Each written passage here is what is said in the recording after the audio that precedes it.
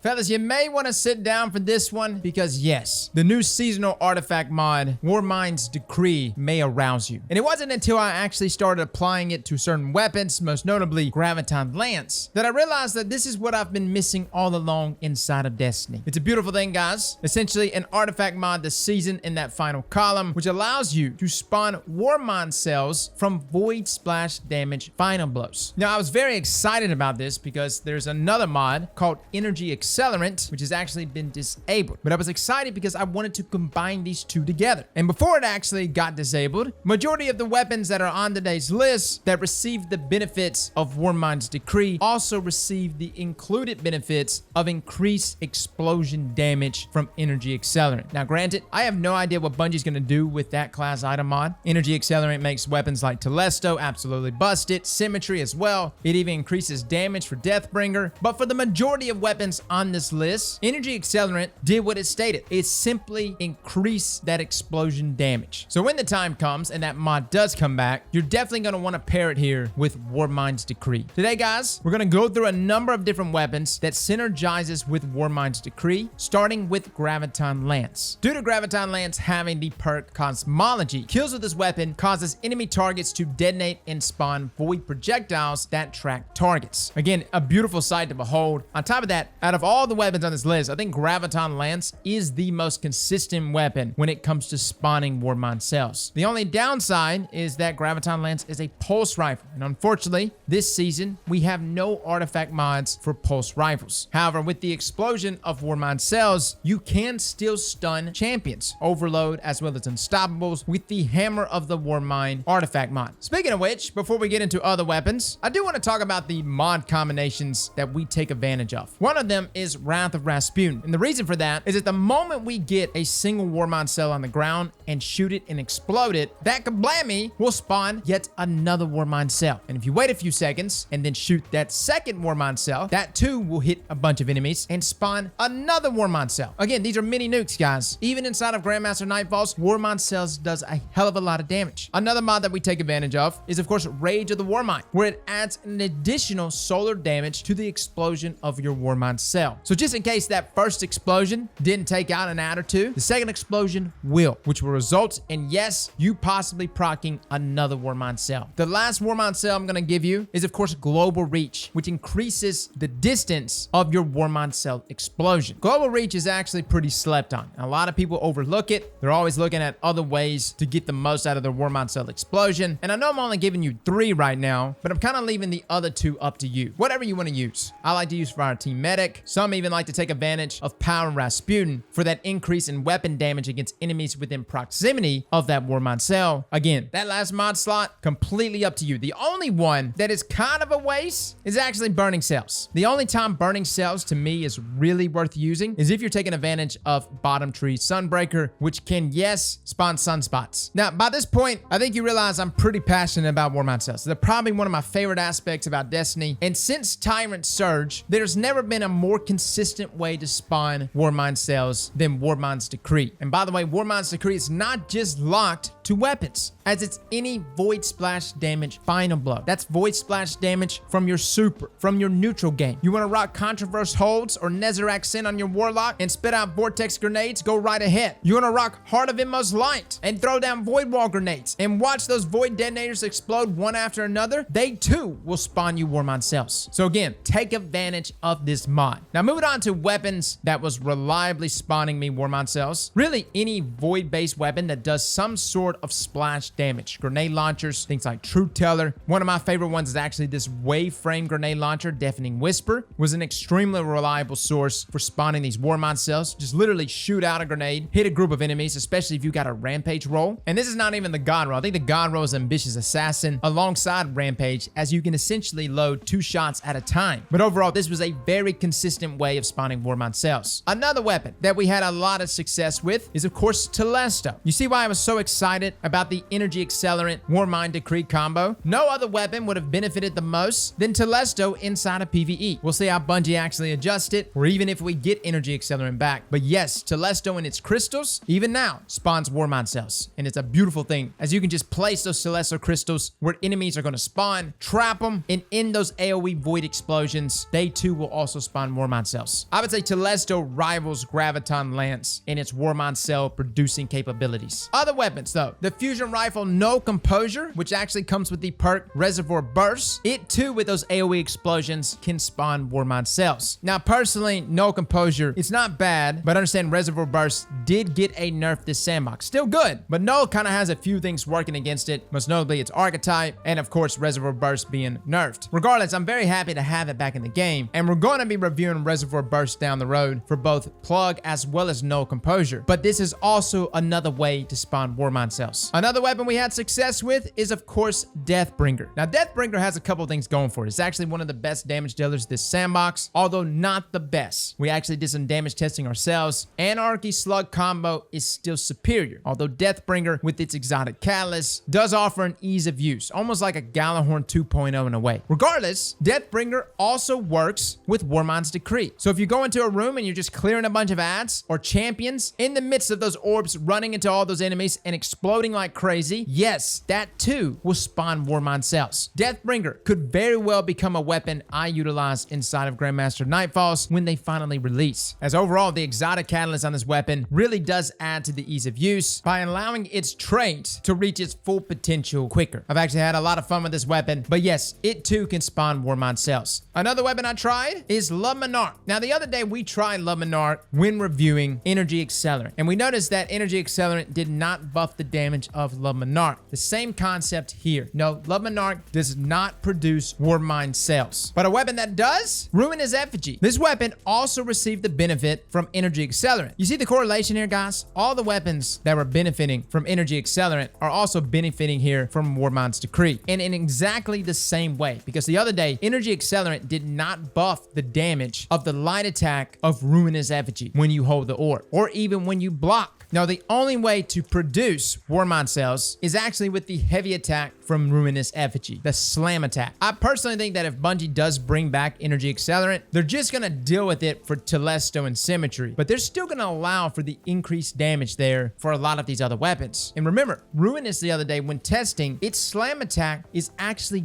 doubled with Energy Accelerant. So not only do you have double the damage with that slam attack, but it now can produce Warmind cells in the process. Well, hell yeah. Now, as far as swords go, surprisingly, Crown Splitter, and I'm assuming most of our other void-based swords, because Crown Splitter was doing it as well, so things like Guillotine, also spawn Warmind cells, but only in the heavy attacks. Another sword that was also producing Warmind cells, but only in the heavy attack, is of course Black Talon. And you notice the weapons that do like this dissipation, that void disintegration, that seems to be the correlation that causes the Warmind cells to spawn. So guys, that is our overview for this mod. Is it as good as Tyrant Surge was a year ago? It's not as good, as it requires final blow kills. Again, Tyrant Surge was super easy. It's essentially just dealing damage with an arc melee super or your grenade abilities would spawn a Warmind cell. But see, that was with just your abilities. Where Warmind's Decree goes a step further is by allowing us to dip into many of our other weapons with Chain Reaction, with Dragonfly, as well as a multitude of exotics that cause some level of explosions. Overall, I think this mod is really, really good, especially for grenade launchers. And what's so beautiful about it is that this mod goes into that final mod slot, meaning you can still rock things like Breach and Clear. You want to rock a void-based grenade launcher, get the increase in damage with Breach and Clear, while simultaneously spawning Warmind cells, go right ahead. Overall, this mod is incredible, and if you like Warmind cells as much as I do, this is definitely a mod for you. And I know we didn't go over all the Warmind cell combinations, and that's actually dependent on what you're doing. The void-based Warmind cells are really good for support, great for suppression. The solar-based Warmind cells are my favorite just because of the amount of explosions you can get from it. And as far as like the arc-based Warmind cells, they're actually some of my favorite when I'm taking advantage of melee-based builds. Matter of fact, last year when we used Tyrant Surge, we would use Tyrant Surge with the arc-based Warmind cell mods and actually chain it with like 1-2 punch and Liar's Handshake on hunters. It was extremely deadly. So play around with Warmind's Decree, guys. I think you'll be pleasantly surprised with this mod, and I'm sure many of you will find many ways to synergize it well with your ability. abilities, as well as a multitude of weapons. Fellas and ladies, thank you all for coming and watching, and as always, Slap that like button like your mama told you right.